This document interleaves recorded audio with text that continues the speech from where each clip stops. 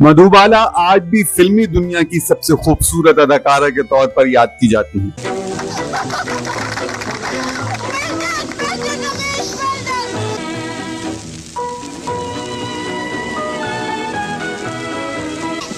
Wonderful Ramesh, beautiful, क्या खींचते हो। और हाँ, बाकी से सच स्प्लेट जीतना, उसे एक सेट भी मत देना। कोशिश करूंगा। उन्होंने अपनी दिलकश अदाओं और बेहतरीन अदाकारी से 2 दहाइयों तक मद्दाहों के दिलों पर राज किया। कोशिश कुछ नहीं, तुम्हें जीतना ही पड़ेगा। जानते हो मैं यहाँ कैसे आई? टिकट लेके आई होगी और क्या?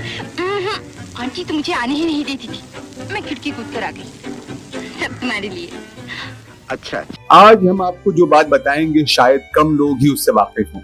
ये वो वक्त था जब सहाफियों ने मधुबाला का बाइकआउट कर दिया। मधुबाला की पैदाइश 14 फरवरी 1933 को हुई। मधुबाला के वालिद अताउल्लाह खान ने उनका नाम बेगम मुमताज जहां दहलवी रखा था। अताउल्लाह खान की मधुबाला समेत 11 बच्चे थे और वो दिल्ली के तनौली इलाके में रिहाइश पजीर थे। मधुबाला की पैदाइश के बाद उनके वालिद की मुलाजमत चली गई, जिसके बाद उनके घर में फाकों की नौबत आ गई। Ataullah Khan imperial tobacco company में मुलाजमत करते थे। इस वाकये के बाद मधुबाला के अहले खाना पर जैसे मुसीबतों का पहाड़ टूट पड़ा।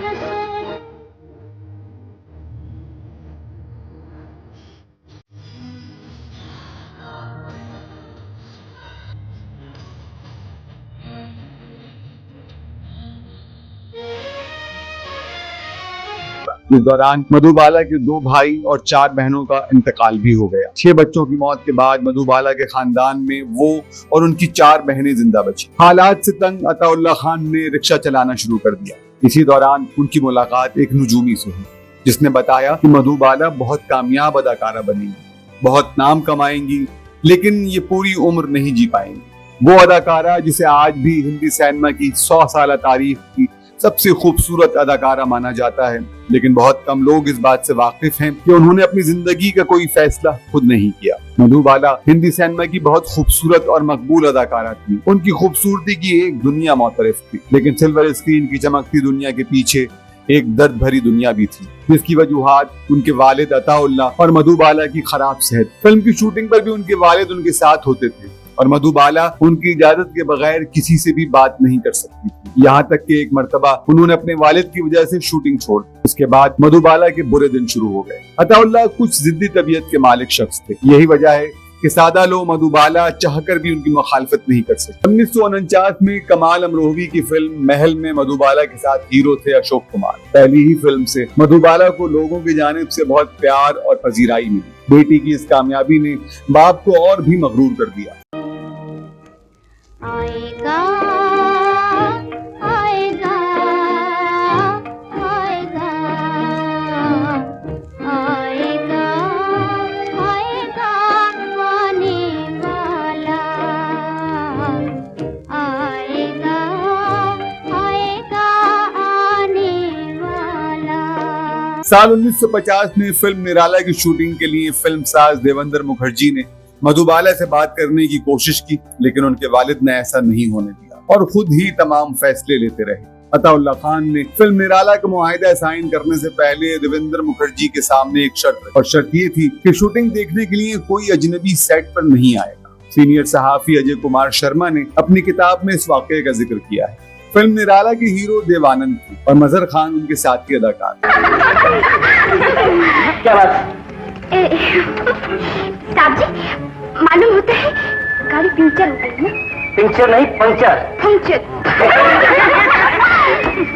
अरे दीदी, इसका इंजन खराब हो गया है। इंजन? हाँ। Engine, engine.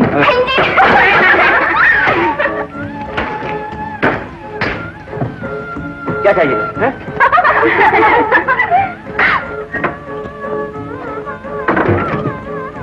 आप कहीं तो मैं कुछ मदद करूँ? जी नहीं, मुझे किसी की मदद की जरूरत नहीं पड़ती।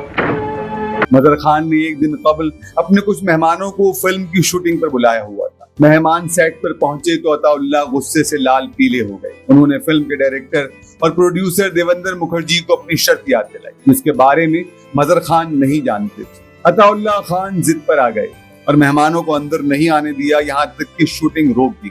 मजहर खान मधुबाला के पास गए और इजाजत चाही तो मधुबाला ने भी सख्त लहजे में कहा, अब्बा जैसा कहेंगे वैसा ही होगा, वरना मैं आज ही शूटिंग छोड़ दूं। मधुबाला ने मजहर की शोहरत और उनकी उम्र का भी ख्याल नहीं। ये बात अब जंगल में आग की तरह हर तरफ फैल चुकी थी।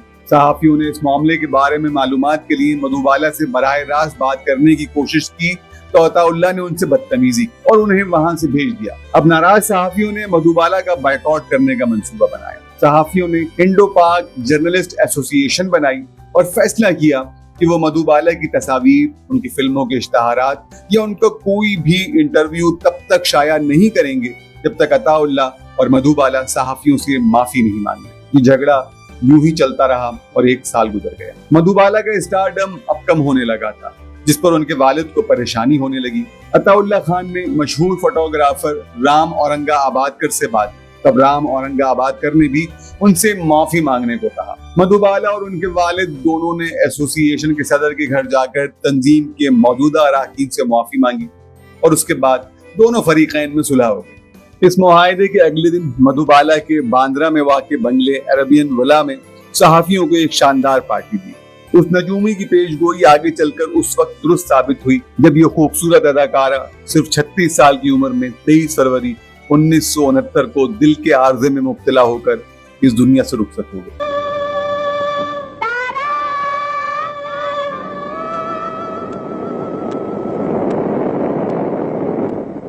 इस बेवफा जहां का दस्तूर है पुराना, जलते रहे नशे में, हंसता रहे ज़माना।